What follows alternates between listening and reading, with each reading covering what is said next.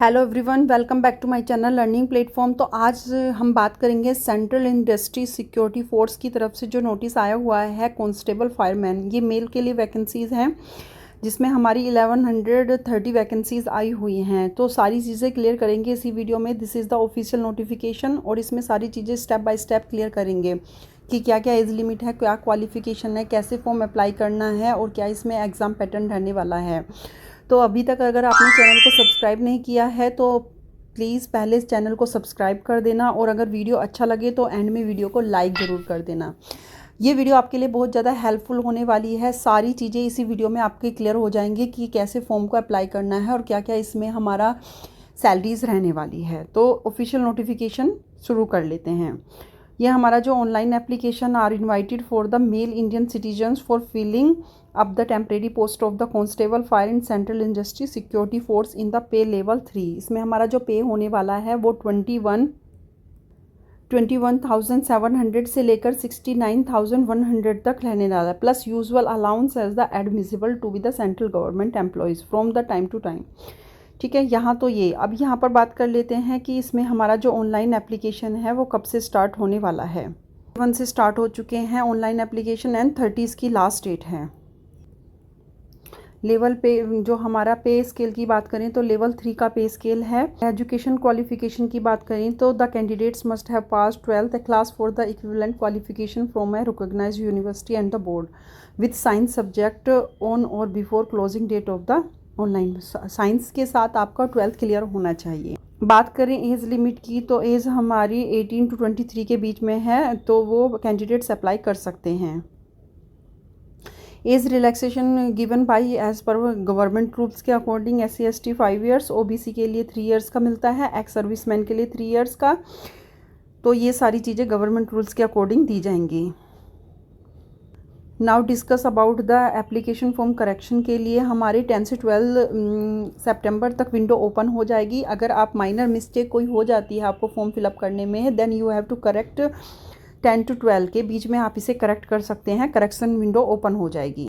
Now discuss about the selection procedure कैसे होना है। सबसे पहले हमारा होगा फिजिकल एफिशिएंसी टेस्ट होगा, जिसमें हमारा होगा candidates have to clear 5 kilometres running event in 24 minutes में करना है। Then physical standard test PST होगा, candidates who have qualifying height bar test PET। उसके बाद उनका फिजिकल स्टैंडर्ड टेस्ट होगा।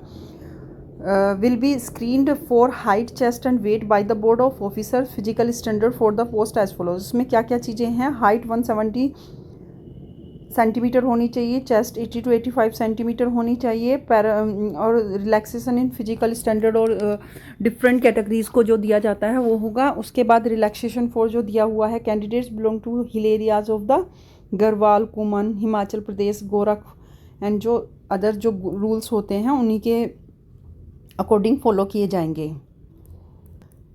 एंड जो हमारा PET and PST will not carry any marks, इनके कोई मार्क्स नहीं होते, but it will be the qualified in nature. But ये क्वालिफाइड होते हैं, इनके बिना आगे हम प्रोसीजर नहीं क्लियर हो सकता। पहले सबसे पहले ये क्लियर करने होते हैं, उसके बाद ही आप 3rd स्टैंडर्ड में जाओगे। देन उसके बाद डॉक्यूमेंट वेरिफिकेशन होगा। Those candidates who have qualified PET and PST will be shortlisted candidates who fail to produce request original, फिर उनको डॉक्यूमेंट वेरिफिकेशन के लिए बुलाया जाएगा। एंड उसके बाद हमारा रिटन एग्जामिनेशन होगा। डॉक्यूमेंट वेरिफिकेशन के बाद हमारा रिटन एग्ज़ाम होगा CBT, जो कंप्यूटर बेस्ड होगा। उसके लिए जो दी गई है क्राइटेरिया वो कैसा है वो, इसमें जनरल इंटेलिजेंस के क्वेश्चन होंगे 25 नंबर के, 25 क्वेश्चंस होंगे। General knowledge 25 and elementary mathematics होगा 25 एंड हिंदी इंग्लिश 25। बेसिक्स हमारा मैथमेटिकल एप्टीट्यूड होता है। उसके बाद हिंदी इंग्लिश भी हमारी 12th स्टैंडर्ड की होती है और ये 120 मिनट्स का हमारा एग्ज़ाम होगा। उसके बाद all questions will be of the objective multiple choice type. The written examination will be conducted in English and Hindi language, bilingual होगा। OMR सीट दी जाएगी, कंप्यूटर बेस्ड एग्जाम है। Only there shall be the negative marking, और negative marking होगी।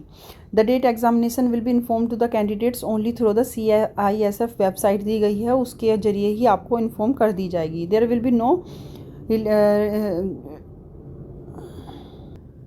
And answer keys भी हमारी जो OMR की वेबसाइट CSI की वेबसाइट पर ही दे दी जाएगी। Question in the written examination will be of the 12th standard के ही आएंगे साइंस सब्जेक्ट में।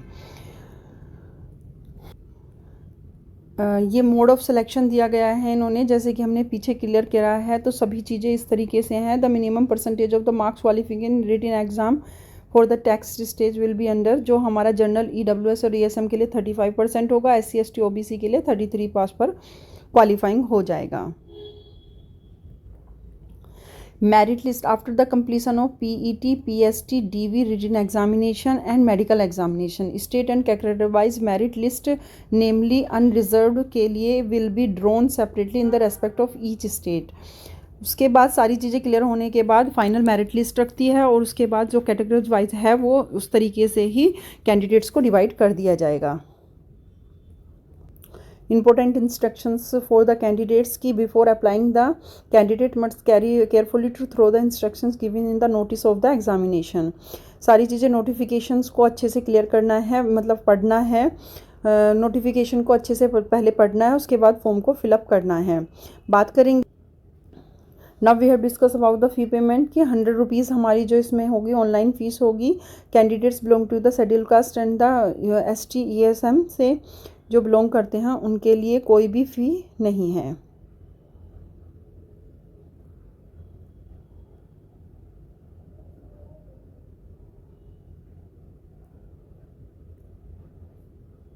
Now discuss about the process of filling online application for the examination consist of the 2 parts.